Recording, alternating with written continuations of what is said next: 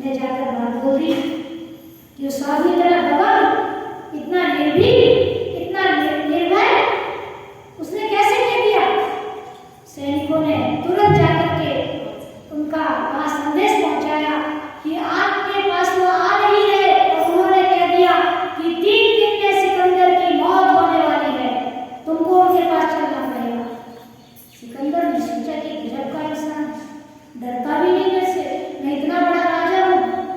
साधु संत किसी से डरते क्यों?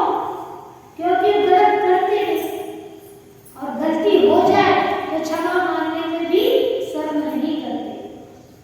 प्रति समय हम लोग क्षमा मांगते हैं, फिर भी बोलते सबसे, तो तुमसे क्षमा मांगने में हमें क्या शर्म है। खम्मामी सब जीवा सब जीवा, क्षमा देते भी और क्षमा लेते भी। तो संत ने इतनी बड़ी बात बोली, इतनी दृढ़ता से बोली, डरा नहीं, बोले नहीं, बिल्कुल नहीं, चलो मैं चलता हूँ। अब सिकंदर को झूठना पड़ा, किसके सामने? गुरु के सामने गया। अरे तुम क्यों नहीं आया? महाराज ने कुछ नहीं कहा, मौन सर्वार्थ साधन। कल मेरी गलती ये होगी कि मैं मौन लेके बैठ जाती, तुम सब सुधर जाते, मैं उठ के चली गई तो तुम लोग नाराज होते, फिर एक सबक सिखा देती।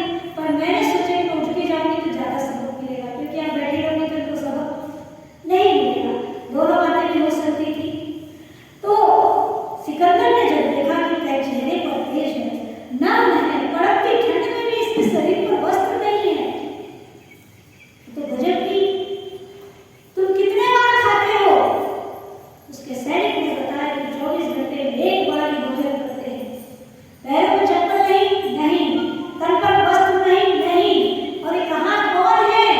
ये बहुत बड़े राजा महाराजा थे, इन्होंने भी अनेक युद्ध जीते हैं। अच्छा, उसकी आंखें खुल गई, उसका अहंकार थोड़ा सा विगलित हुआ, गला, और सोचने लगा। मन तो हुआ झुक जाऊं चरणों पर अभी झुका नहीं, क्योंकि अहंकार बोलता है। बोला ए साधु, भाषा के इंग्लैंड की भाषा, यहाँ थोड़ी बहुत हिंदी सीखा होगा, तुम क्या करता है? मुनिराज का नाम था कल्याण मुनि। क्या नाम था मुनिराज का? कल्याण मुनि। महाराज ने कुछ नहीं कहा, बोलता क्यों नहीं? मुनिराज ने कुछ नहीं कहा। तुमने मेरी मृत्यु की घोषणा की है, मुनिराज ने कहा। तुमको कैसे मालूम? अपने ज्ञान से। तुम सच बोलता है। मुनिराज को झूठ नहीं बोलते। मैं तुमको मेरे साथ लेकर जाऊंगा। मुनिराज ने कहा कि नहीं, मैं नहीं जा सकता। सिकंदर, तू किस बात का अभिमान कर रहा है? तुझे खबर है कि तूने इतने लोगों को मारा, इतने लोगों की हिंसा की है, तू कहां जाने वाला है? किस अभिमान में भूला है? पूरा नरक का चित्रण उसके सामने रख दिया कि तूने जिस जिसको जैसे जैसे मारा है, वो सब तुझको भी वैसे वैसे मारेंगे।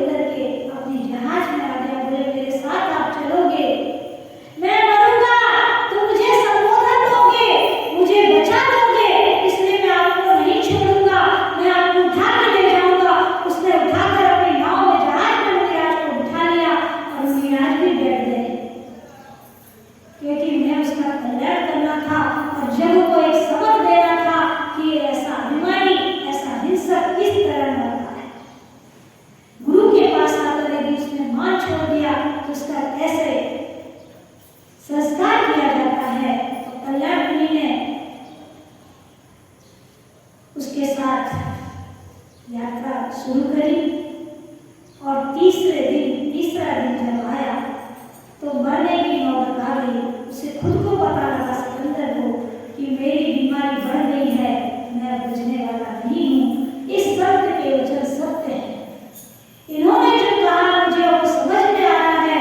श्रद्धा बढ़ गई, नमस्कार किया और कह दिया कि मेरे मरने के बाद मेरे तबूत से मेरे दोनों हाथ बाहर निकाले जाएंगे और दुनिया में बताया जाएगा कि सिकंदर सहसा जाता सभी हाली हवाली थे।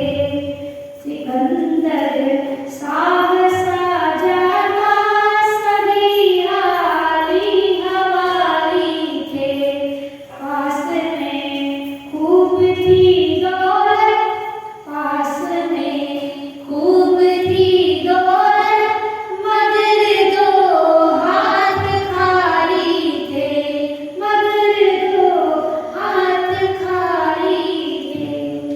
उसने गुरु के उपदेश से ये जनता को सिखाया, विश्व को ये संदेश दे गया कि मैंने बहुत लोगों का कत्ल किया, बहुत लोगों को लूटा, लेकिन इतनी संपत्ति ले जाने के बाद भी मेरे साथ कुछ नहीं गया।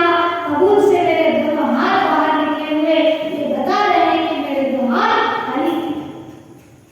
मान अभिमान यही रह जाता है, साथ में कुछ भी नहीं जाता। रावण का उदाहरण भी आपके ज्ञान में है। रावण सोचता था कि मैं सुंदर हूँ, मुझे ऐसी कोई नारी नहीं होगी रिजेक्ट करेगी। उसे अपनी सुंदरता का घमंड था, उसे अपनी तीन लोग के खंडाधिपति होने का घमंड था और वो घमंड उसे कहाँ ले गया? कहाँ ले गया? बोलो। क्यों ले गया?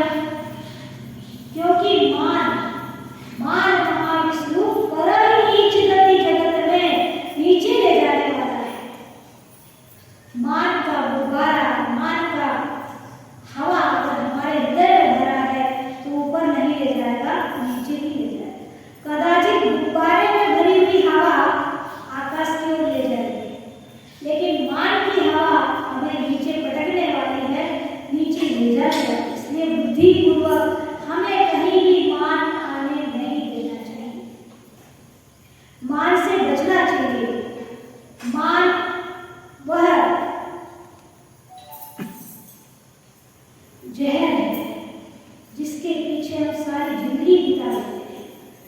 दो रोटी हम सुख से नहीं खा पाते, कैसे वादा करने के लिए, बड़ा करने के लिए हम अपने तन को कष्ट देते हैं, मन को कष्ट देते हैं, बाहर की रेपुटेशन बनाने के लिए, बाहर अपनी इमेज बनाने के लिए।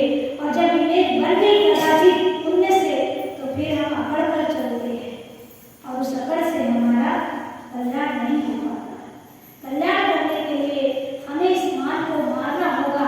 इसलिए कहा है मार दो, मान को मार दो, मान को मार दो और मार दो को धार दो। क्योंकि हमारे यहाँ विनय मोक्ष का द्वार, विनय को मोक्ष का द्वार बताया है। बिना विनय के आप लौकिक शिक्षा भी प्राप्त नहीं कर सकते, बिना विनय के आप भोजन तक प्राप्त नहीं कर सकते। अगर आप जाके वो थाली लगा दें, मेरे को जाना ऑफिस में, देर हो रही है, पत्नी का दिमाग भर जाए, थाली नहीं गाली लगा देगी आपके पास, वहां भी आपको विनय करना पड़ता है।